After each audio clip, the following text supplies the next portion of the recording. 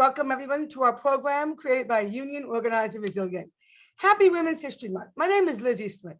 Before we start, just a few housekeeping rules. Please note this program is being recorded. Please also, we remind everyone to please keep themselves muted when not speaking. I'd like to first start with a moment of silence for all those brothers and sisters that we've lost to COVID-19.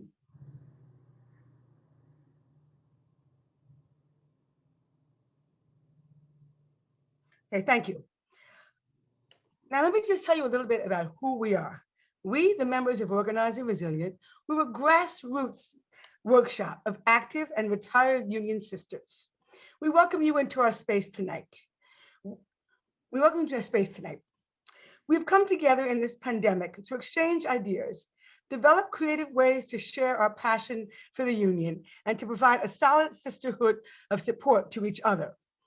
We meet regularly on Monday morning before work to practice our communication skills and work on effective organizing strategies that we will engage our workers and our community. Over the past few months, we have created a series of videos which highlight our aspects of our work. Our goal is simple: to strengthen the voices of all workers, organized and unorganized, in our workforce or in our neighborhood, a dignity in work.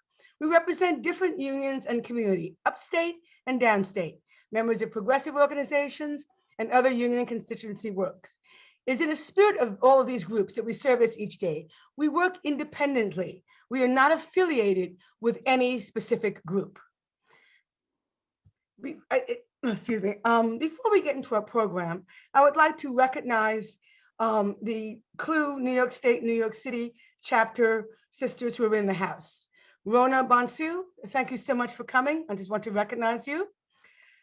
And also, I believe Pat Chavanoy was on her way here, but she has not gotten here yet. So I just want to call her name out so people will know when she comes. I'll introduce her. I'd like to now introduce everybody to the working group. Anna Berry, AFSCME DC 37, retiree. Debbie Busacco, CWA, Local 1180. Michelle Keller, AFSCME DC 37, retiree. Zelma Brown, AFSCME DC 37, retiree. Danielle Gabor, AFSCME DC 37. Marie Jeremy, AFSCME DC 37. Annette Brown, AFSCME DC 37. That's our team that meets Monday morning. Before I introduce our guest speaker, Sister Elise, I'd like to tell you a little bit about her. Sister Elise Bryant is currently the executive director of the Labor Heritage Foundation. She's a singer, playwright, director, and labor educator. She began her labor arts career in 1982 as the artistic director of the University of Michigan's Labor Theater Project.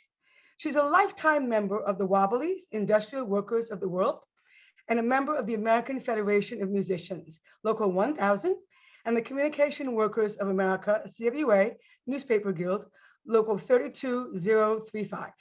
In 2017, she was elected the president of the Coalition of Labor Union Women, and a month later, she was elected vice president of CWA TNG Local 32031. Sisters and brothers, please welcome Sister Elise Bryant. Sister Bryant, about 2 to 3 minutes for introduction, and then we have some questions for you. So please. Oh, okay, alrighty. Thank you, Liz. Thank you to all the sisters of Organized and Resilient. Organized and resilient children, organized and resilient. We do good trouble on the land and the water.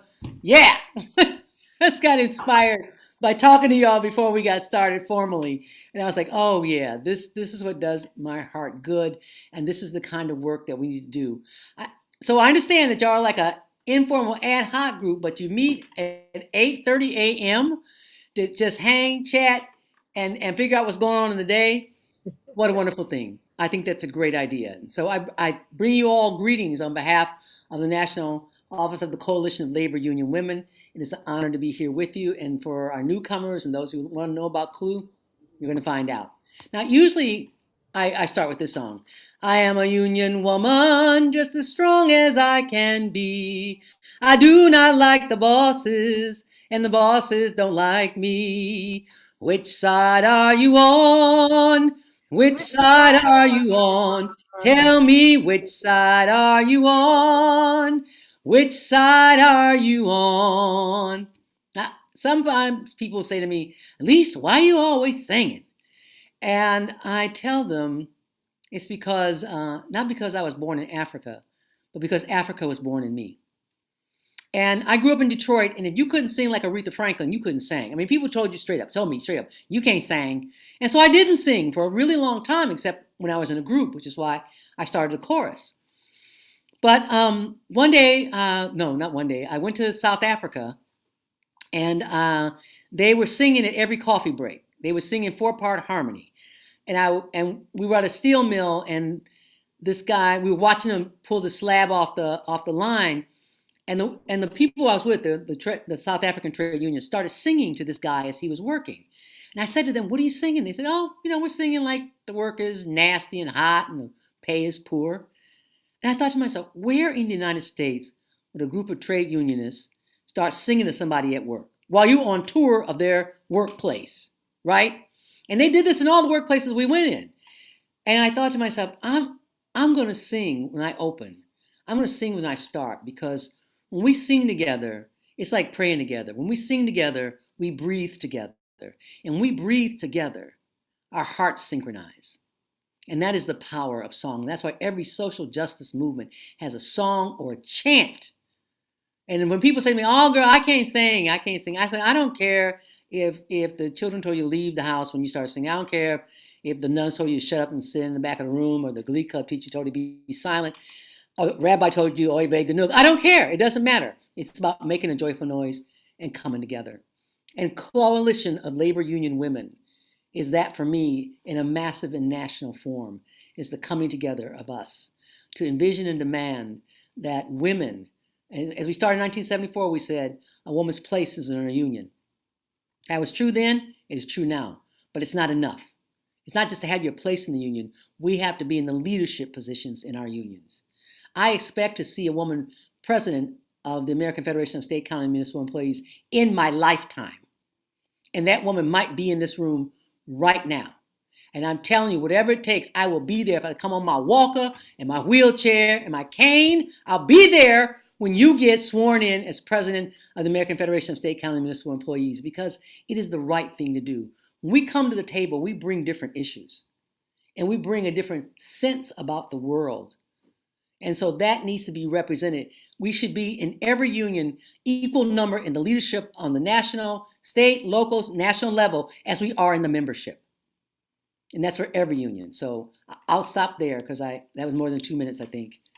I'm sorry, Liz. No, it's okay. There's no problem. This is very informal. Thank you, Sister Bryant. Now, upon registration, we got some questions from our sisters and brothers, Okay. and which we're going to work through during this program. The first question, and we will start every question with a quote, Okay. Which in honor of Women's History Month. Thank you. The first quote I will start with is by Mother Teresa. I alone could not change the world, but I can cast a stone across the waters to create many ripples. And my quote is, why do you do this work? What motivates you? I think that what motivates me is the knowledge that I am standing on the shoulders of a whole bunch of women who lived and died. I stand on the shoulders of the ones who were enslaved and worked the fields and took care of the families and the babies and everything else. I stand on the shoulders of the women who fought and died and were imprisoned for our right to vote. I have an obligation to them to do right. And it's not just for me or for our generation, it's for our children and our children's children. When women are right in the world, everybody is right in the world. And so I feel committed to do that. And, my mother, who is the strongest woman I know, taught me 3 things. Change your underwear every day, get the house and the car in your name, and never cross a picket line. And take your rightful place where you belong. And I believe education is the key. Thank you. Next question comes from Sister Anna Berry. Okay. Anna, unmute. You're muted. Unmute. Yes, good evening. My quote is from an unknown author, A strong woman, can you hear me? Yes, Yeah. we can. We can. Hmm. Okay. A strong woman stands up for herself. Hmm. A stronger woman stands up for everyone else. Yes, Lord. Yes. My question, sister, to you, Sister Elise, what advice would you give to our younger sisters in this time of pandemic as a hope for a new future?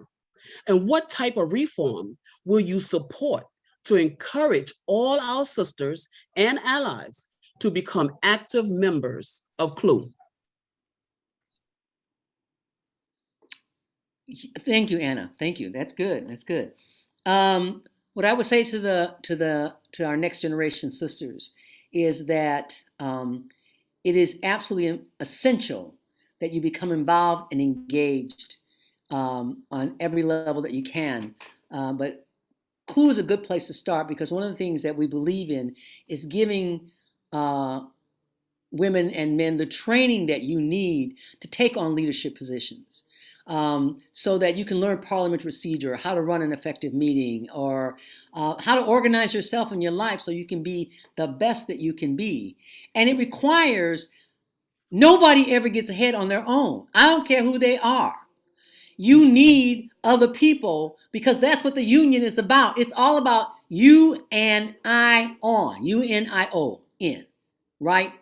And so the idea that I'm just going to perpetuate myself and promote myself to get there, one person is easily struck down. And we know this. They can appoint you to a position, but if you're elected to a position, that's something different. And Yes. so we need to get the training and the experience and the support and to learn.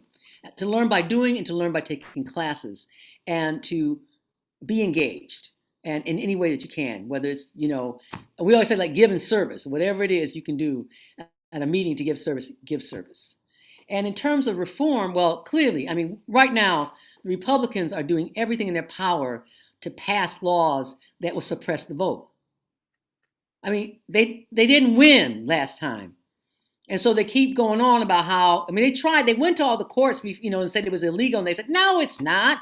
The Southern courts, the Northern court, the East Coast, the West Coast, they all said, oh, hell no, this election stands, right? So one of the ways that we really have to be is engaged on that electoral basis of being involved in elections, to be engaged with whatever, where party you want to affiliate with on the local level, but also to begin to run for office.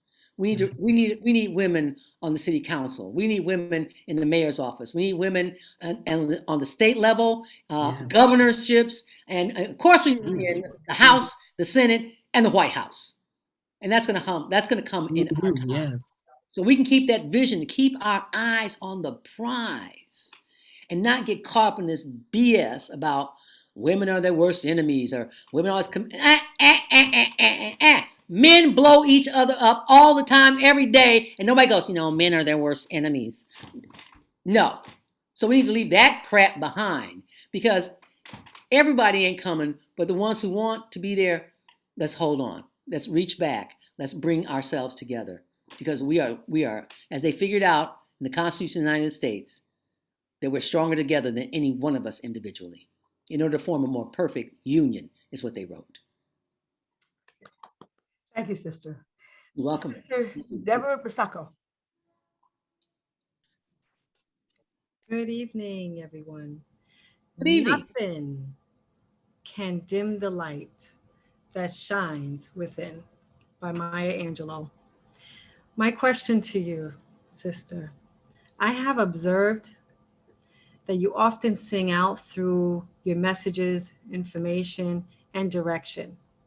Can you explain why and tell us if it makes a difference with you communicating with others? You sort of touched upon it earlier, and I'm just feeling so energized and just loving your spirit.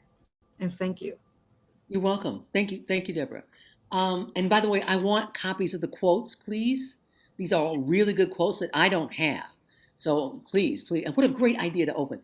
So this is what I learned in theater. Open strong, close big. And when I went to college, I dropped out of my first year of college. My mother died my first year of college. But I remember the first time I got a paperback with a D on it. I was shocked. I was like, no, no, no, no, I don't get D papers. I'm an A student. And I realized that my writing style wasn't up to the level of the University of Michigan. That I had gone to Detroit High School. We did the best we could, but it wasn't there. And one of my white friends, who became a lifetime friend, sat me down and she said, Elise, pay attention to what the teacher says, and whoever they quote, use their quote for the opening of your paper. Always open with a quote. And I was like, wow. So you all's idea of opening with a quote is the same thing. Let me grab their attention with the words of wisdom of somebody else. Yes.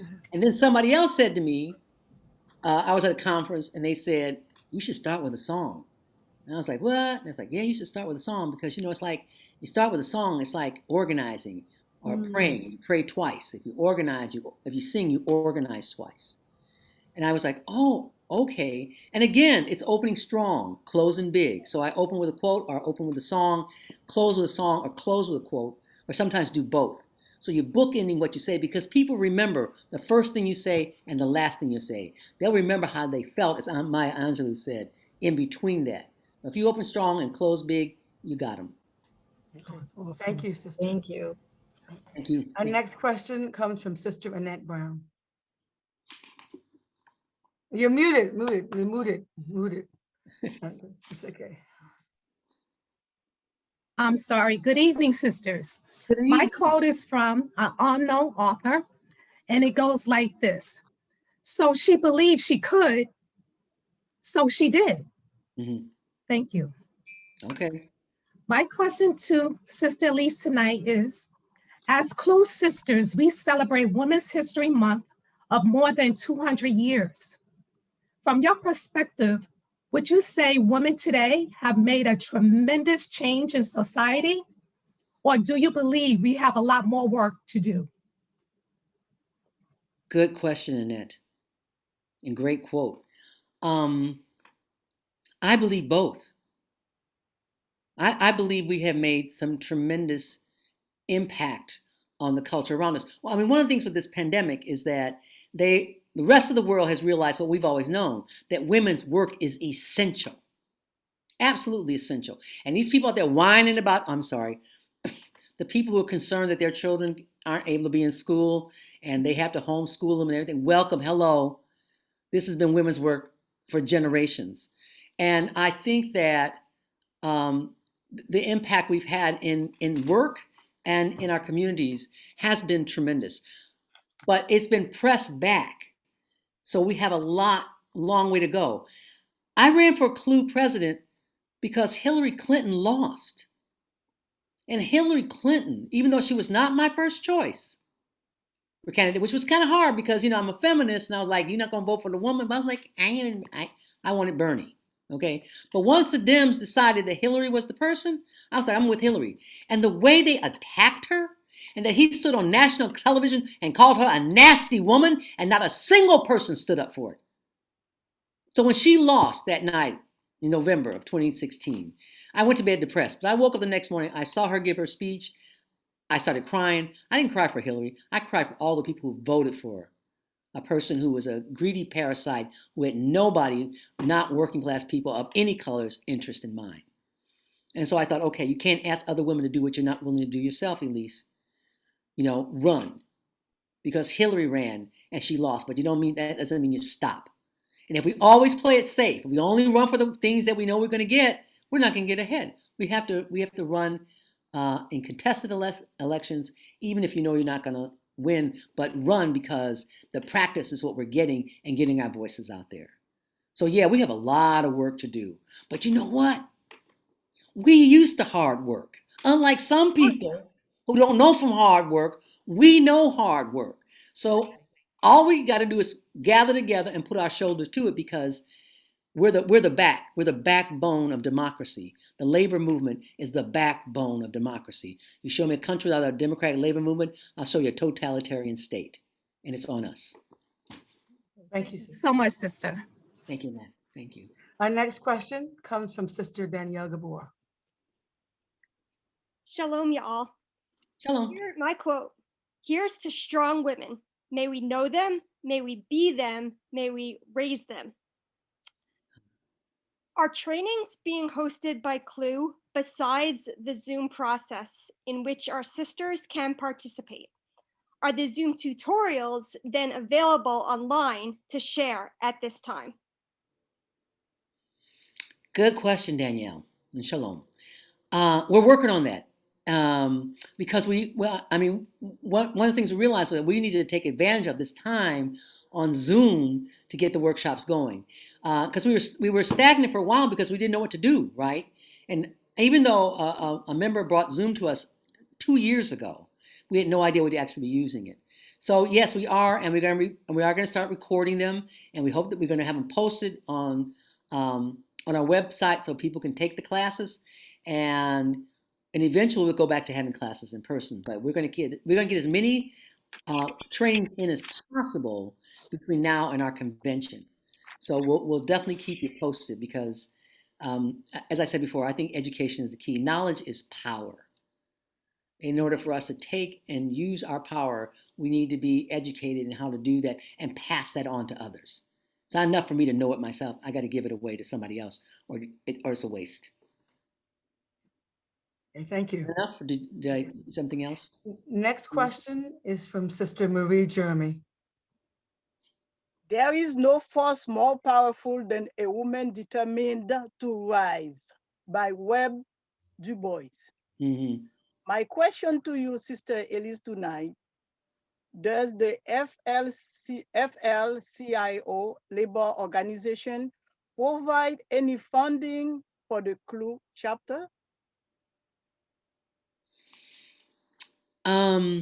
Not from the National AFL-CIO. They give us funding. We get money from the AFL-CIO. We get a regular stipend each year that really is based, largely our budget is based on. So, and we're not allowed to take money from outside organizations, but we can take money from the unions around us. So you can go to your Central Labor Council. I don't know if you're on it, but we really hope that all CLUW is represented on the Central Labor Councils. And that we are hoping that we're working with the AFL-CIO, in fact, to get more funding because the AFL-CIO, as you know, no longer has a women's department. They melded civil rights and women's into one department, and then they dissolved the department. So Liz Schuler, who is the Secretary Treasurer, is now sort of heading up women's issues in the Women's Committee, and they really need somebody else to do that. So we're in the process of negotiating with them in the hope of being able to get some funding to help CLUW so that we can do more for the chapters. And that's where we are right now. And of course, we need to build our membership because that's where our money comes from. It's from the grassroots on the chapter level. And on the National Officers Council, we made a commitment, the 21 by 21, that we're gonna recruit at least each one of us, all 21 of us, one person, but ideally all 21 of us would recruit 21 more women, just for us. And we want the chapters to be doing the same thing because that's where the power is on the grassroots, and that's how we can really generate funds. Because we're not a nonprofit, you know, we're actually like a union more than a nonprofit. Great. Thank you so much, Sister. The next two questions thank you, Marie. are from Sister Michelle Keller. Okay. Graphic artist. Thank you, Liz. Thank you so much. The faith to move mountains begins with the patience to sift sand. Mm-hmm. Unknown poet. Thank you, Elise. So how has the United States Vice President election of Kamala Harris moved you to take CLUW to a higher ground?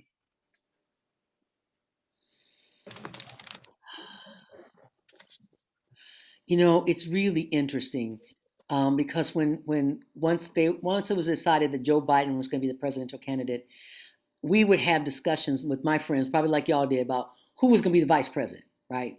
And we go back and forth and back and forth, and basically we couldn't really decide. We knew who we didn't want, but nobody could say, "Oh yeah, this is the person, this is the person." So when he announced that it was Kamala Harris, I have to say that my heart was lifted. And I had seen Kamala. I got friends from California who talked about her, as a prosecuting attorney. But I also saw her, got to see her on town hall meetings, and I thought, this sister is sharp. This sister is sharp. She knows what's up, and I think she could handle her business and handle our business. So, but we know from the election of Barack Obama that having one person in that office does not change things for everybody else. And in fact, not unlike what we didn't do with Barack Obama, is we have to be vigilant in talking to her and Joe Biden about what we want, Yes. right? Because, Yes. I mean, Yes. she's now in a position to run for president because they'll be able to say that she was vice president. She had that position. And it's on us to make the demand to say, hey, it's not enough to just have this picture up here of this sister standing holding this place card. We need action, and we need action not just on that level, but for all women down the scale, because we are the ones dying. We're the ones dying on the job, being killed in record numbers by the pandemic. We're the ones who are doing the essential work. And we're still underpaid. Fortunately for union women, we make $200 more than women in non-union jobs. But we know that that's not true across the board, even within our union movement. So yeah, we have work to do, and I think that we can honor Kamala by making sure that she knows what's up, and that we ask those things from her and the other women who have been elected, because all those congresswomen and those women in the Senate need to be held accountable too. Thank you, Michelle. My second question. Okay. Well, let me give you the quote first. It says, All right. The strongest action for a woman is to love herself, Mhm. be herself, and shine among those who never believed she could. Unknown poet. My second question to you is, what historical sister inspires you today, and why? Ooh, gosh. Where do I start? Well, I start with Sojourner Truth. Ain't I a woman? Yeah, that's it. Look at me. Look at my arms. I have planted and plowed and gathered into barns, and no man could hit me. I could work as much and eat as much as a man would. I could get it and bear the lash as well, and ain't I a woman? And that man over there, he say women can't have as much rights as men because Christ wasn't a woman. Where did your Christ come from? Where did your Christ come from? He came from God and a woman. Man had nothing to do with him. And if the first woman that God made was able to turn this world upside down all by herself, these women here today ought to be able to get it back and turn it right side up again. And now they're asking, and the men had better let them. That's Sojourner Truth, 1851. 100 years before I was born. And I hold that to be true. And Shirley Chisholm, unbossed and unbought, running for president of the United States, unheard of. Jeanette Rankin. Do y'all know Jeanette Rankin? Okay, white woman, Republican. She was the only person to vote against World War I and World War II. She was a single vote. She said, we don't need to go to war. This is not the way to solve our results. By herself. And she did it for World War I, they said she'd never get elected again. Then she got elected again. I think she should be held up to other Republican women who were looking for sheroes. Jeanette Rankin would be one of those people. And more recently, the founders of the Coalition Labor Union Women, Olga Madar, Gloria Johnson, Addie Wyatt, Myra Wolfgang. I knew those women. I was young, but I knew who they were, and I knew that they were breaking glass ceilings all over the place. So yeah, those are my sheroes. Thank you. Love yourself. Shine, for sure. Liz, you're muted.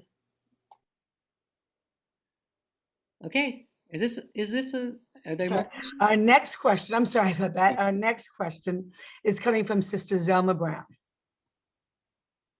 Okay, Zelma. And Susan, I see you. You're muted, Zelma. Zelma, you're muted. Please unmute.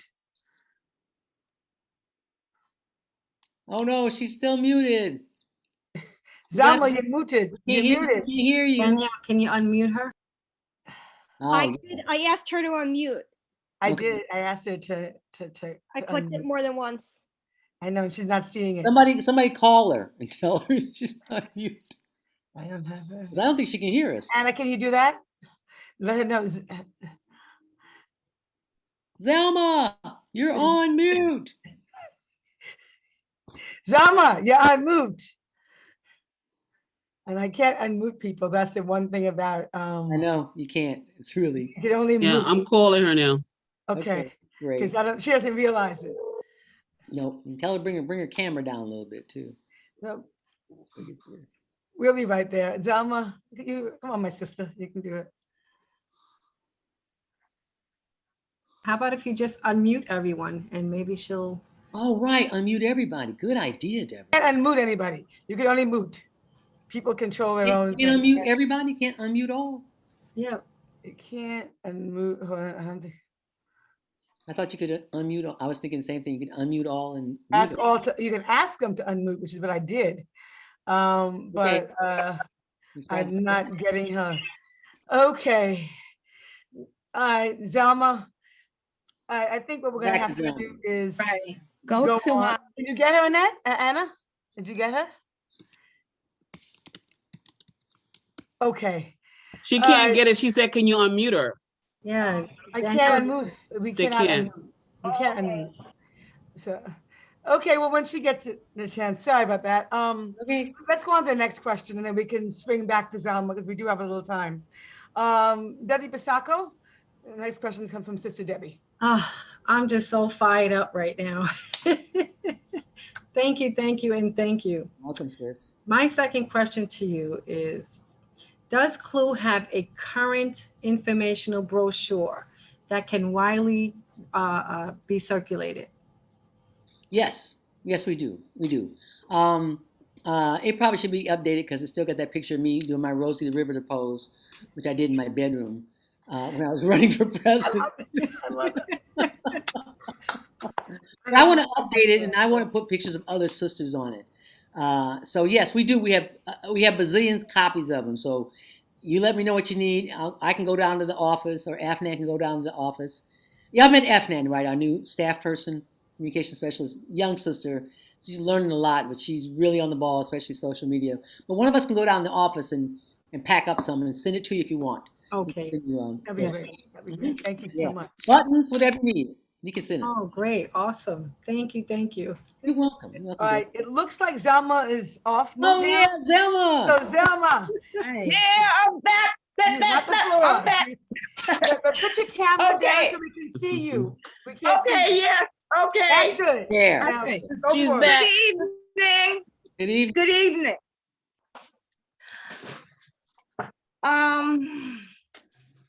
We realize how important our voice are when we are silent. Mhm. My question to you, sister, is what do you do to relax and stay care? Stay care. Okay. Thanks, Zelma. I pray a lot. If I don't do anything but just say, give him thanks for all favors received and all prayers answered.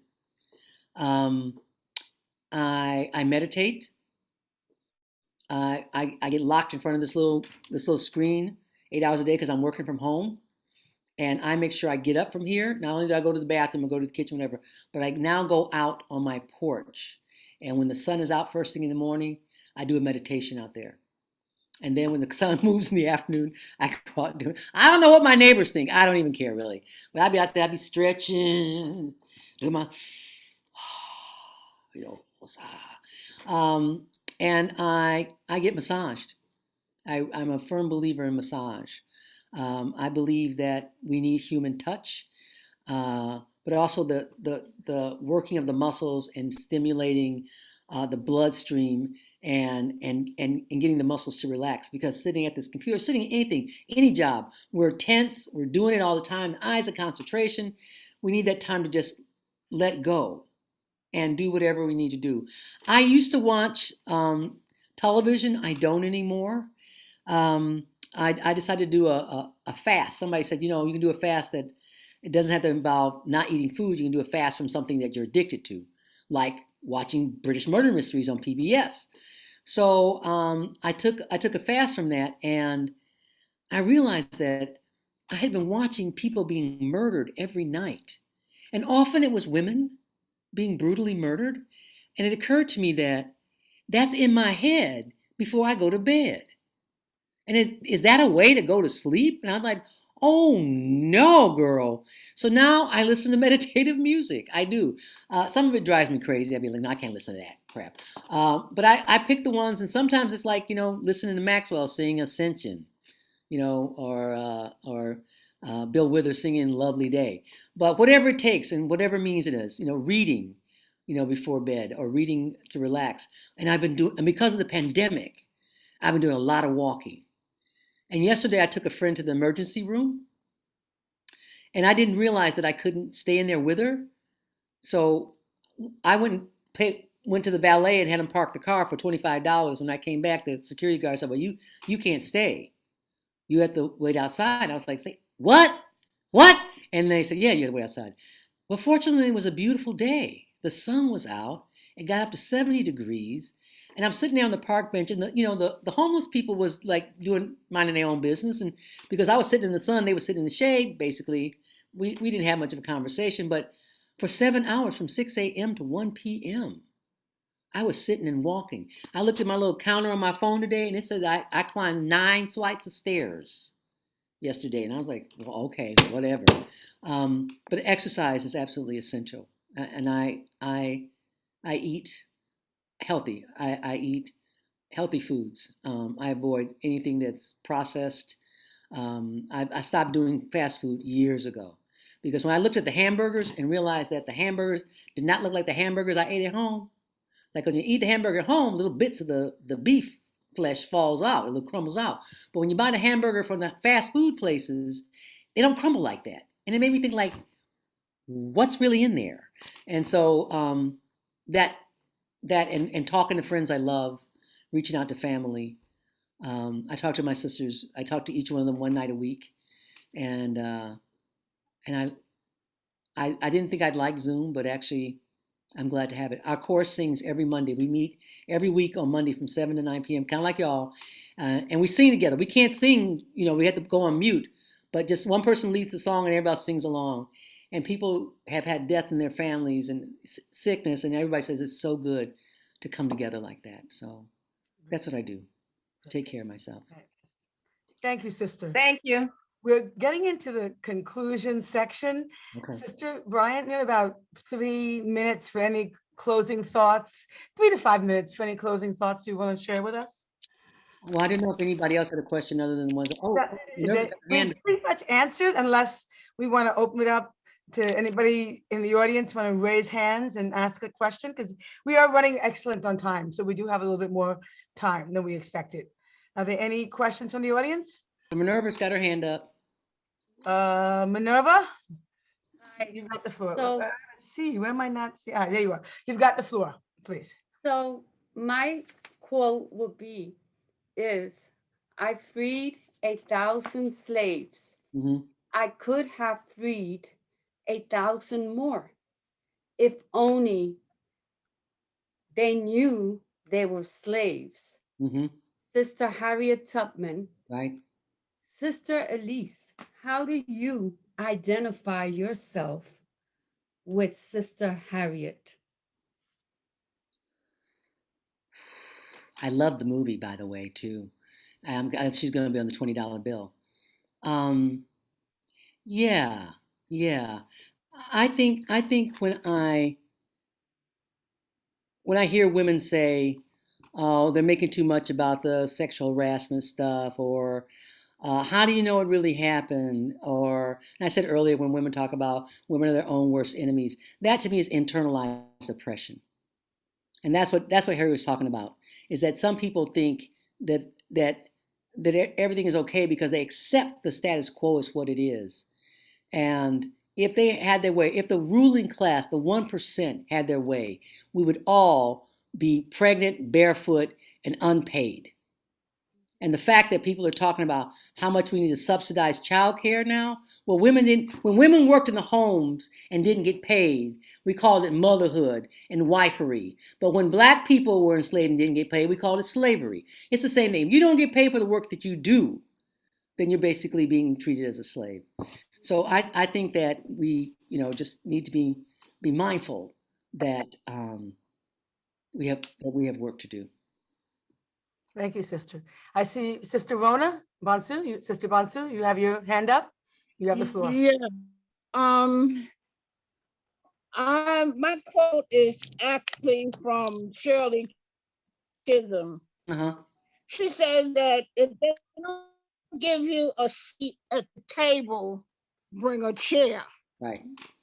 And I believe that the women in CLUW should continue to bring a chair, because we are sitting at the table, many of us, but not enough of us are sitting at the table. That's right. Because that's where decisions are being made. And we should be in that process where decisions are being made. But my question to Sister Bryant is this: what goals do you have for us in CLUW, the chapters, going forward in this pandemic? Well, I said this when I ran for office, Rona. Thank you for asking, Madam Sister President. Is that we have to put our house in order. We have to put our own house in order. So that's why I'm emphasizing there's a financial workshop being offered this weekend by our treasurer, Judy Beard, and her assistant, Marilyn Wiley. If your books ain't in order, if your papers ain't in order, you need to be at that workshop. And even if you're not the treasurer, even if your members can take this, because everybody should know about it, because it's about putting our financial house in order. Making sure our meetings run properly and that we have representation. We're supposed to have at least 5 different unions represented in every chapel, minimum of 5 different unions. Right? That means we can have more. And not only should we have them, but they should need to be active. I'm not going to say should, because I don't want to should on myself, anybody else. But they need to be active and engaged. And how do you do that? You offer workshops, you offer training, you offer conferences, you offer town hall meetings like this. You honor women in the community and invite folks to come and be there, so the CLUW space is being seen in the community, that we're doing good. It's not just enough to do charitable work like running in marathons for to prevent breast cancer. We need to be training young women how to go into the workplace, how to dress, how to talk, how to speak, how to fill out an application, because they're not getting it in the schools. And most importantly, because this is Women's History Month, we need to teach our history, because the people who don't know their past are condemned to repeat it. And if girls and women don't see the sheroes that they can look up to, like you look up to Superman, we can't just have Wonder Woman. We need multiple sheroes with and without capes that girls can look up to. Thank you, Rona. Hi, Pat. I see you, Charlotte, down there. Thank you so much. Does anybody else have a question? I see one is in the chat, but does anybody else have a question before I go to the chat? All right, Sister Danielle, you have a question in the chat. Go on. Yes, I have another question, and I am going to start with another quote. If you want something said, ask a man. If you want something done, ask a woman. Margaret Thatcher. What is the role you see CLUW chapters playing in the promotion of our sisters in the workplace and our political environment? How do we effectively and openly oppose misogyny and sexual harassment within our own union? Wow, Danielle. That's good. That's multiple. Yeah. The one thing I learned from the 70s is that it takes multiple interventions. There's no one answer for anything. So on the question of sexual assault and sexual harassment, we need to be doing training on that. We need for people to understand what it means. That this isn't about this. It isn't about sex. It's about power. It's about power over. And that's what's going on. And there's a toxic masculinity that's out there that some women support. That's okay. As Harry said, I'd have freed more slaves if they'd known they were slaves. Everybody ain't coming with us. But for the ones who want to, and the ones who are willing, and the ones who are capable of coming, then yeah, we want to bring them along. I think the chapters are on the local level. You are the grassroots. You're right here. I want to see us involved in our city councils, in our county councils. I want us to be at those meetings giving testimony. I want us to write letters to the newspapers and to the television, to put our name on. This is Coalition Labor Union Women is saying this about this. And we're gonna need more people to do that. We're gonna need to be delegating. Because the other thing is like, don't try to do everything yourself. Share it. Bring other people in. We need to bring other folks in because that's what we're about. That's what union means. It's all of us. So I really hope that we wrote a grant to Melinda Gates and I can't remember her name, the woman who was married to Jeff Bezos of Amazon, and she got $59 million. They started their own foundation and they were giving grants of $10 million. We applied for it. And we applied for it because we were going to start training to get women to run for office in their locals, in their counties, and in the state and the government. That's what I want to see. That's my vision for the future. I want us to be an educational juggernaut.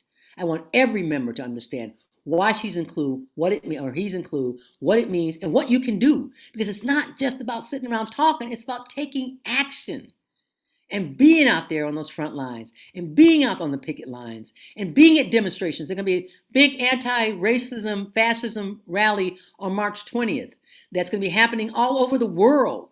CLUW needs to be there with our banners and our voices and giving voice. And document, and send it to the national so we can put it on the website, so we can put it on our social media to let people know that we're out there not just to be seen, but to be heard and to bring about the reality of justice for all, not just for the few, but for the many. Thank you, sister. All right, if there are no other questions, I'm going to do one last call for questions. Sister Bryant, can you maybe a 3-minute closing remarks, and then we have our next segment, so please. Well, I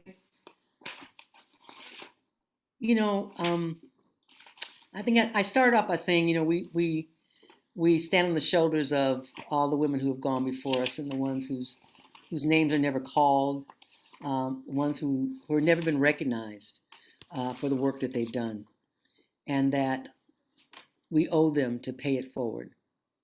And I look forward to working together.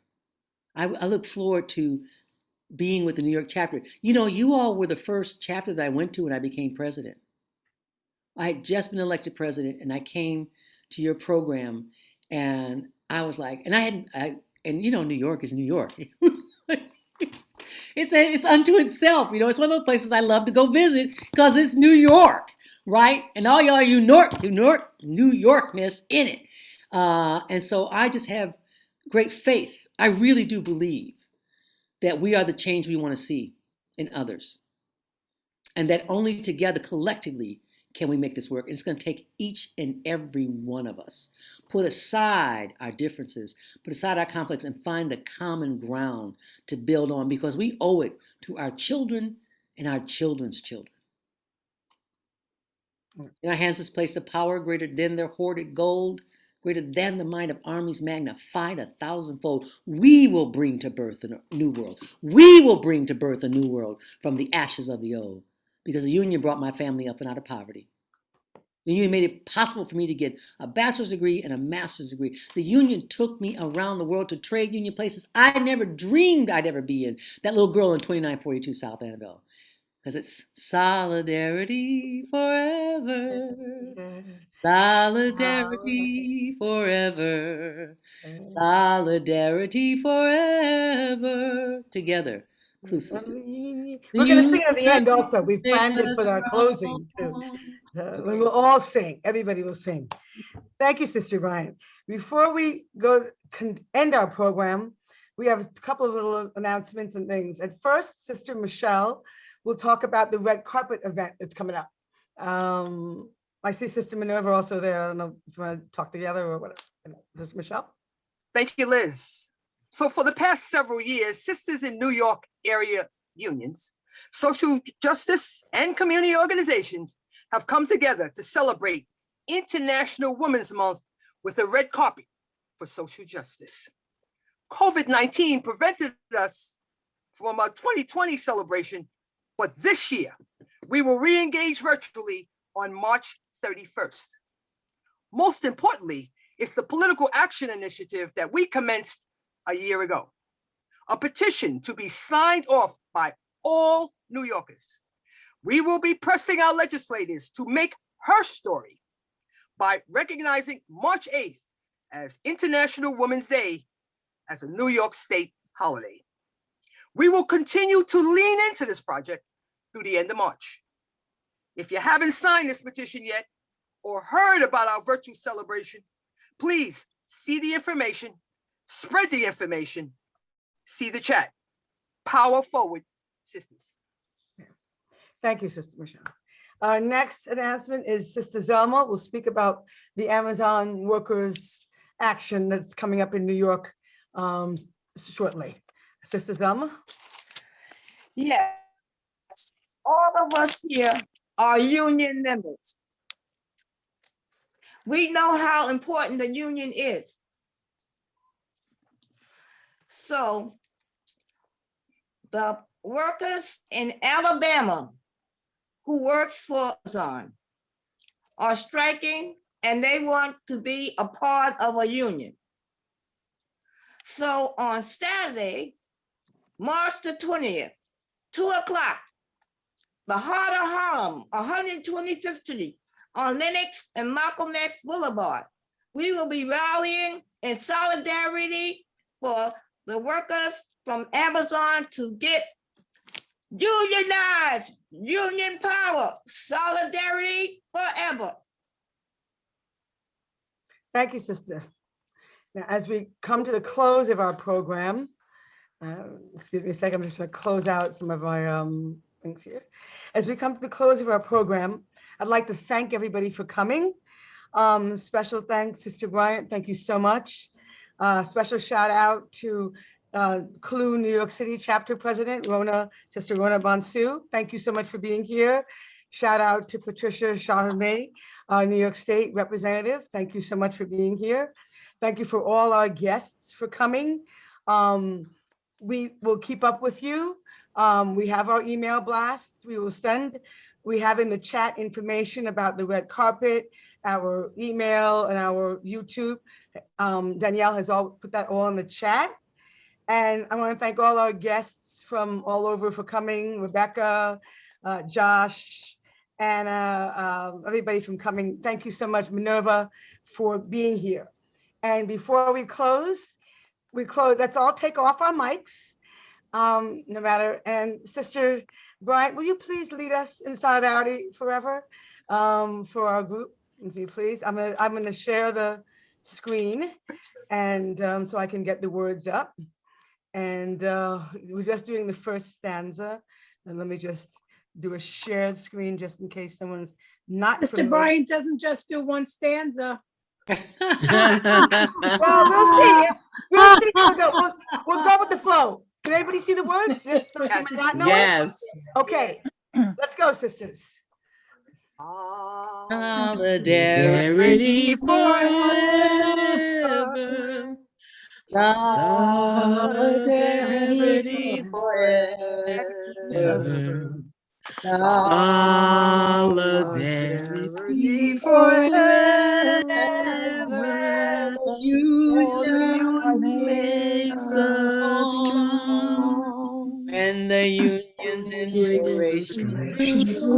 Workers will have one. There can be no Power greater Anyway, beneath the Yes, sun. for sun earth was weaker than the feeble strength of one, but the union makes us strong. Solidarity forever.